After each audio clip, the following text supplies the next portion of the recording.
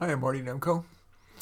When users of tobacco, alcohol, marijuana, and other mind altering substances are honest with themselves, they're aware that the liabilities outweigh the pleasure. Their dangers, including the surprisingly problematic marijuana, are becoming well known. And by the way, I have a whole review of the literature on marijuana from very authoritative sources, not from marijuana advocates. At the end of the text version of this, which is at Psychology Today. So you just Google options for substance abusers and the name Nemco, and you'll find it. Anyway, apart from the physical and mental health risks, too many users, often in denial, find that the substance abuse damages their work life, their relationships, and ironically, their overall happiness, which their drug use was supposed to enhance. And substance abuse causes crime.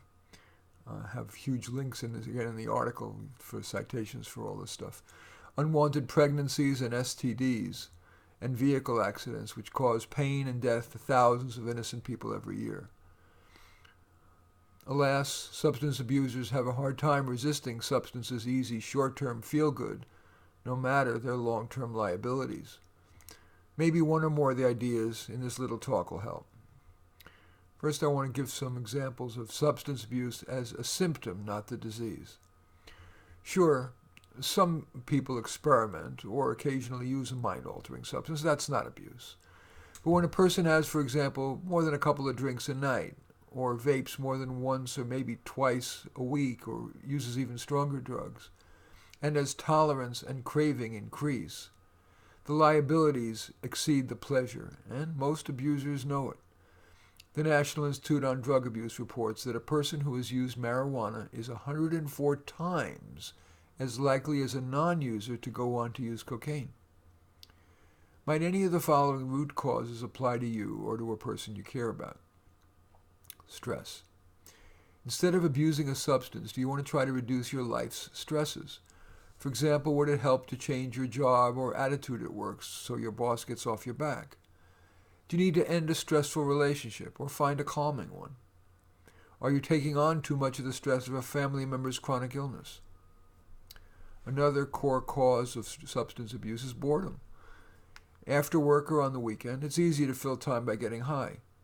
Might you want to develop a habit of substituting healthier pleasures, movies, music, cooking, writing, video games, walking, a sport, being with friends? No, not with friends who are abusers.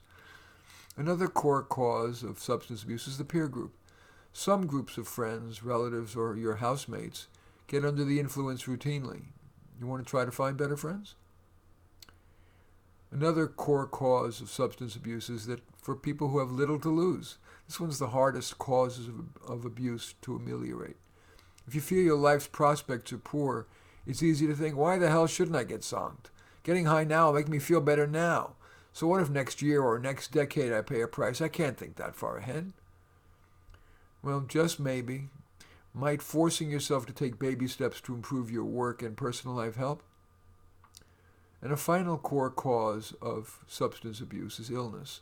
Of course, if you are in severe chronic pain, especially at end of life, you should, without guilt, take mind-altering and pain relief drugs, maybe including opiates, which hopefully will be made available to you by your physician despite the government's crackdown. Now let's turn to options.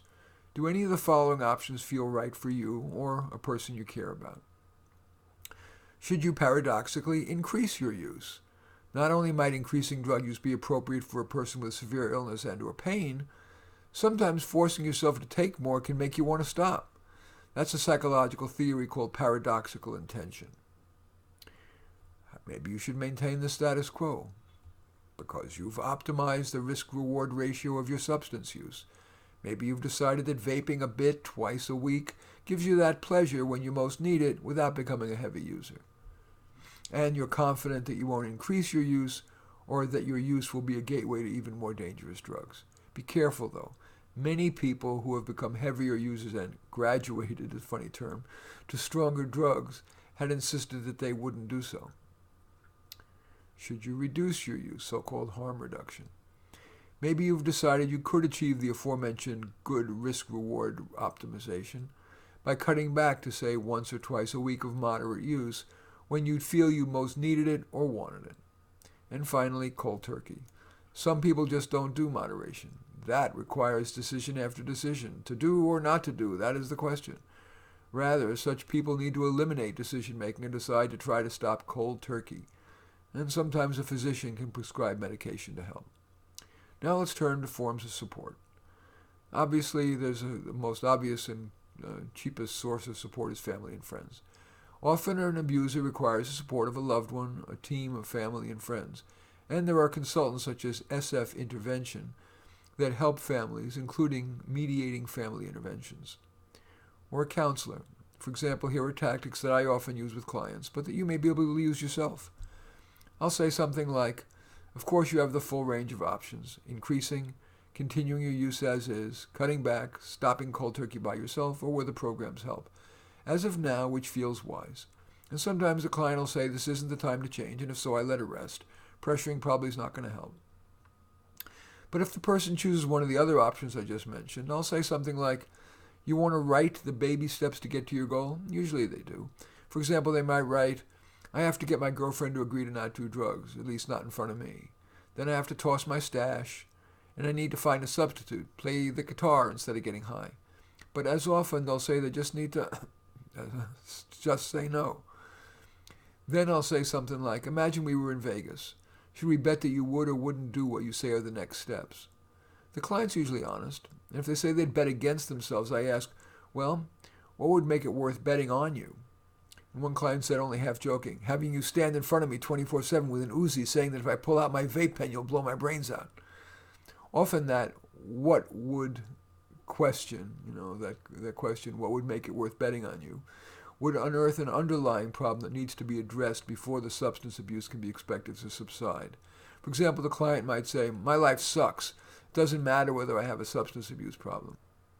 We would then dissect that and create baby steps to move up from there as a pre or co-requisite to addressing the substance abuse problem. Another form of support is detox. In some cases, the withdrawal process is so psychologically or physically painful, marked by severe nausea, cramps, convulsions, and or hallucinations, that the person requires a multi-day detox program. And then finally, there are longer-term programs. The U.S. Substance Abuse and Mental Health Administration reports that, quote, long-term drug use alters brain function and strengthens compulsions to use drugs.